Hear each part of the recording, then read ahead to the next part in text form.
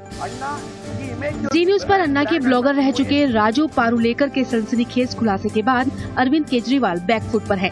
केजरीवाल ने कहा कि अब वो जांच के लिए तैयार हैं। हालांकि उन्होंने दूसरी सीढ़ी की बात से इनकार कर दिया है। अन्ना ने कहा कि कुछ लोगों ने उनको ये ले जाके दिखाया कि हमने उनकी फोटो इस्तेमाल की है।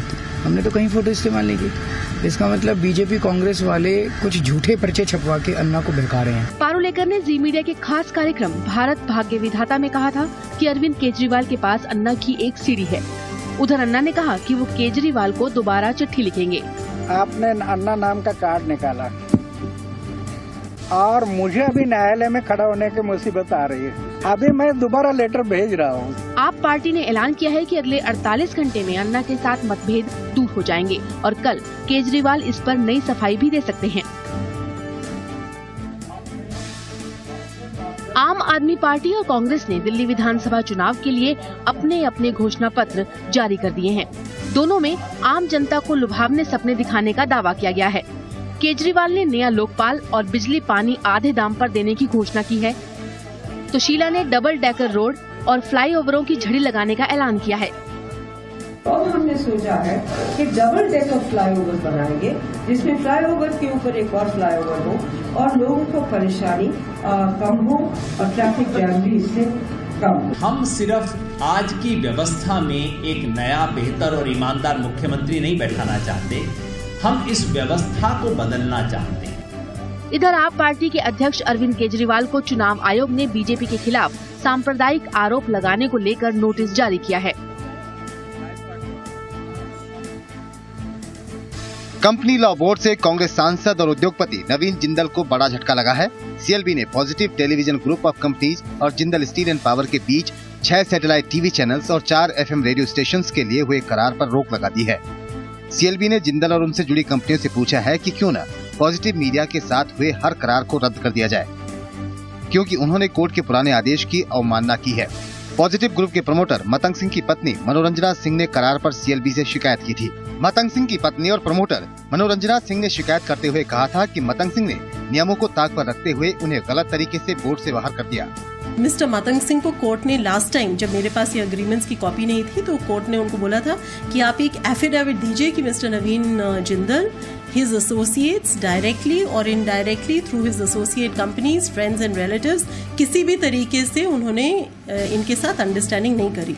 तो मिस्टर मतंग सिंह ने एक एफिडेविट दिया जिसको कोर्ट ने रिजेक्ट किया because it was not in conformity with the order.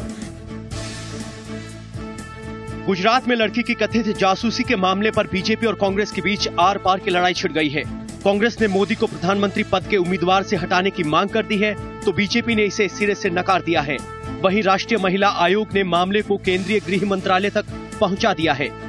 जिस लड़की की स्नूपिंग की बात की जा रही है, उस लड़की के फादर ने ही पत्र लिखा है और उस पत्र को उसने पब्लिक किया है और पब्लिक करने के बाद कुछ कहने के लिए शेष नहीं बचा।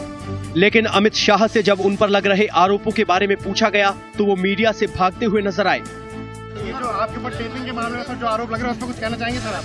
राजेश, टेपिंग के बारे में सर अमित सर जी कुछ तो जवाब दीजिएगा।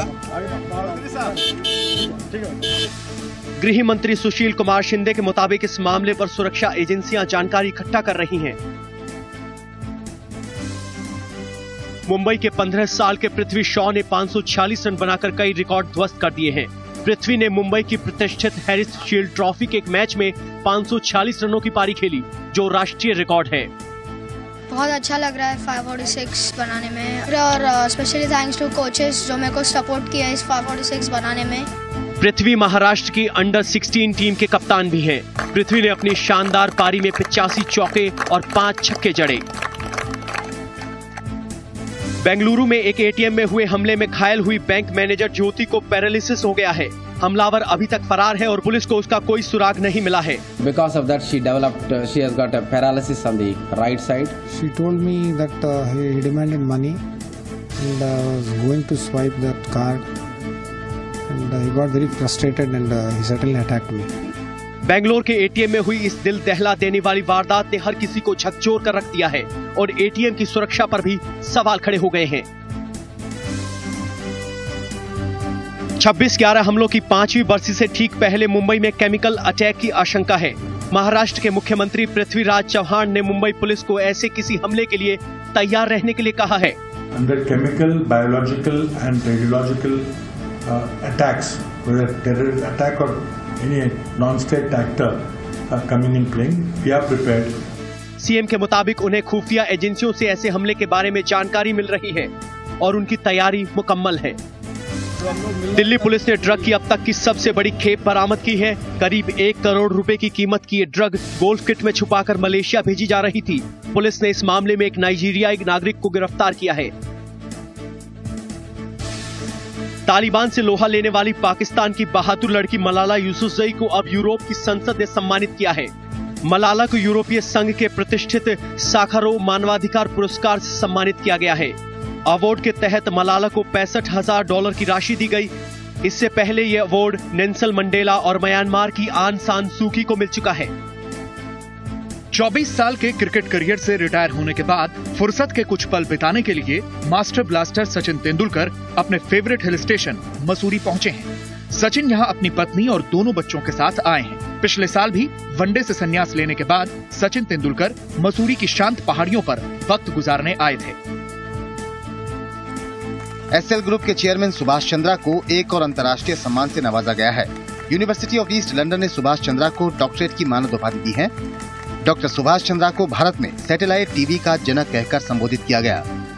If you want to learn the art of living, then live in the present. That's the art of living, of the happiness. अपने संबोधन में डॉक्टर सुभाष चंद्रा ने जी परिवार की नई global corporate philosophy the world is my family यानी वसुधैव कुटुंबकम से भी दुनिया को रूबरू कराया।